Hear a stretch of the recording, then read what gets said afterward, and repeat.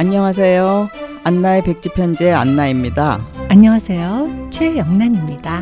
60대를 살아가는 여인들의 이야기를 전하는 안나의 백지편지 이번 달 66회에서는 제3회 영 아뜰리에 홀 초청 음악회에 대한 이야기를 나누어 보려고 합니다. 1년 중 초목이 가장 푸르고 싱싱한 7월의 첫 주말에 논현동에 자리한 이영자 선생님 댁 영 아뜰리에 홀에서 음악회가 열렸어요. 선생님의 따님이신 한난이 피아니스트의 사회로 진행된 음악회는 이영자 선생님께서 그 시간을 함께 나누고픈 지인 50여 명이 참석하여 감동적이고 뜻깊은 자리였죠. 이번 음악회는 성악곡이 차지하는 비중이 커서 성악을 전공한 저는 음악회가 시작되기 전부터 가슴이 설레었어요. 저는 음악회에 초대받은 분들 중에 선생님과 비슷한 90대 연령대 또 80대 연령대 분들도 꽤 많이 계셔서 놀라웠어요.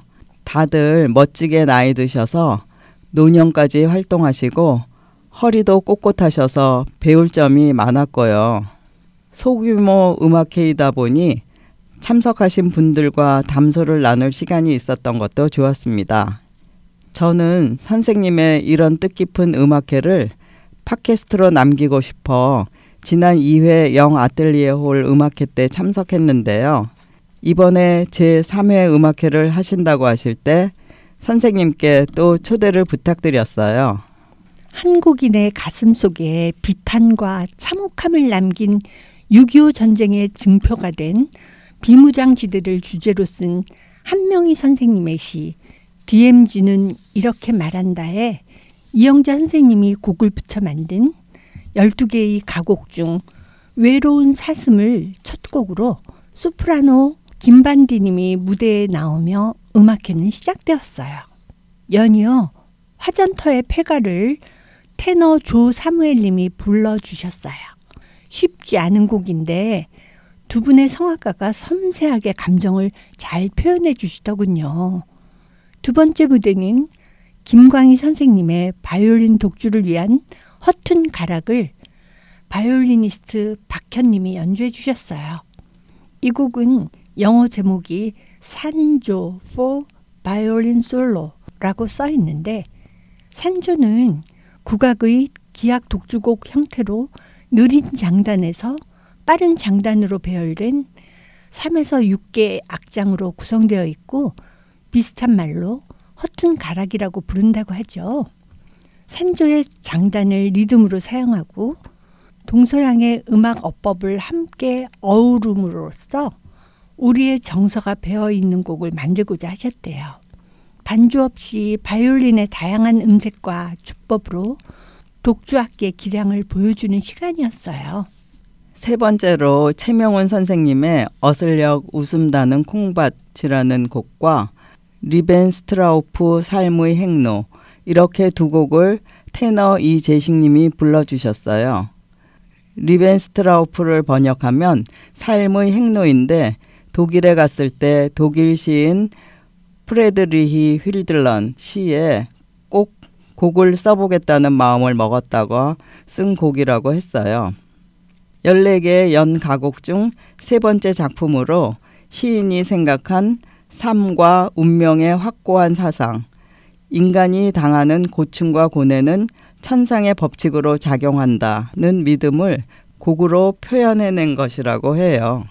네 번째 무대는 박준상 선생님의 12후가 for 피아노 솔로 중에서 세 곡을 피아니스트 송윤원님이 연주했어요. 박준상 선생님은 이영자 선생님의 첫 남자 제자라고 하더군요.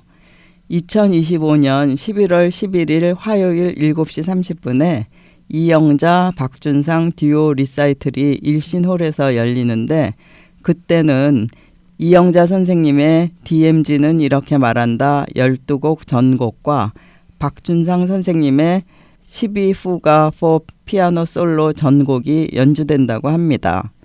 두 분께서 아직까지 왕성하게 활동하고 계시니 참으로 대단하세요. 다섯 번째 무대는 백영은 선생님의 곡들이었는데요. 이상임 시인의 가을날을 메조소프라노와 피아노에, 최동호 시인의 불꽃 비단 벌레를 바리톤과 피아노에 담아내었는데요. 그날은 조 사무엘님의 테너로 재해석하여 연주했어요. 그날 최동호 시인님도 음악회에 참석하여 시에 대해 해설도 해주셨어요. 다음 무대는 최철 선생님의 피아노를 위한 아리랑 주제에 의한 5개의 변주곡을 피아니스트 송윤호님이 연주했어요. 현대 음악적인 요소가 많이 느껴지는 신선한 곡이었어요. 최철 선생님은 이영자 선생님의 두 번째 남자 제자라고 합니다. 이영자 선생님께서는 이화여자대학교에 재직하셔서 주로 여자 제자들이 많으시거든요. 지금은 목사님이 되셔서 목회 활동을 하고 계신데 젊은 시절 이영자 선생님의 권유로 파리에서 유학을 하셨답니다. 음악회 때 최철 목사님이 쓰신 아름다움으로부터 온 편지라는 책도 선물로 받아왔어요. 7번째 무대는 이혜자 선생님의 인성과 피아노를 위한 서정 시곡으로 김춘수 시인의 꽃과 이상규 시인의 삶의 여울목의 서설을 소프라노 김반디님의 노래, 반주는 오순영님의 연주로 들었어요. 이혜자 선생님은 이화여자대학교 음악대학을 졸업 후 대학원에서 음악교육을 전공하셨어요. 그 후 중고등학교 음악교사를 하다가 퇴임 후 작품 활동을 열심히 하고 계신 걸로 알고 있습니다. 우리는 저마다의 자리에서 아름다움을 추구하며 살아가는 모습들이 귀하게 여겨지네요. 마지막 무대는 한명희 선생님의 시 DMZ는 이렇게 말한다로 만든 연가곡 중 백암산 별곡과 비목을 테너 이재식님과 반주 김민재님의 연주로 들었어요. 6.25 전쟁을 몸소 겪으시고 기억 속의 생생한 참담함을 음악으로 승화시켜 만드신 선생님의 원숙한 예술혼을 느끼게 하는 시간이었어요. 마지막 곡인 비목은 눈물이 차오르는 것을 애써 참으며 들었어요.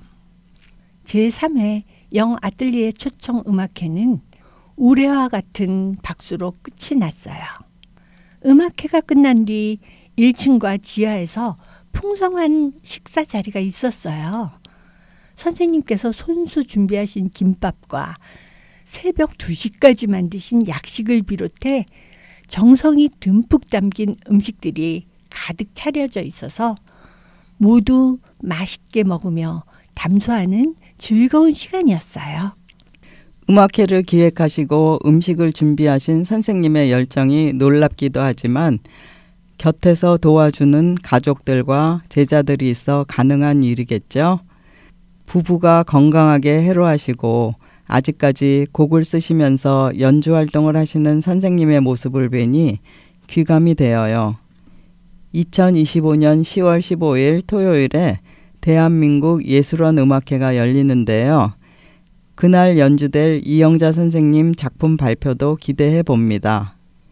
집으로 돌아오는 길에 선생님께서 손수 마련하신 가방을 초대받은 관객들 손에 하나씩 주셨는데 선생님의 세심한 손길을 다시 한번 느꼈어요.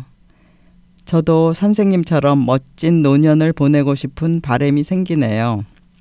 이번 달은 제3회 영아뜰리에 음악회에서 연주된 이영자 선생님의 비목을 들으면서 안나의 백지편지 66번째 이야기를 마치겠습니다.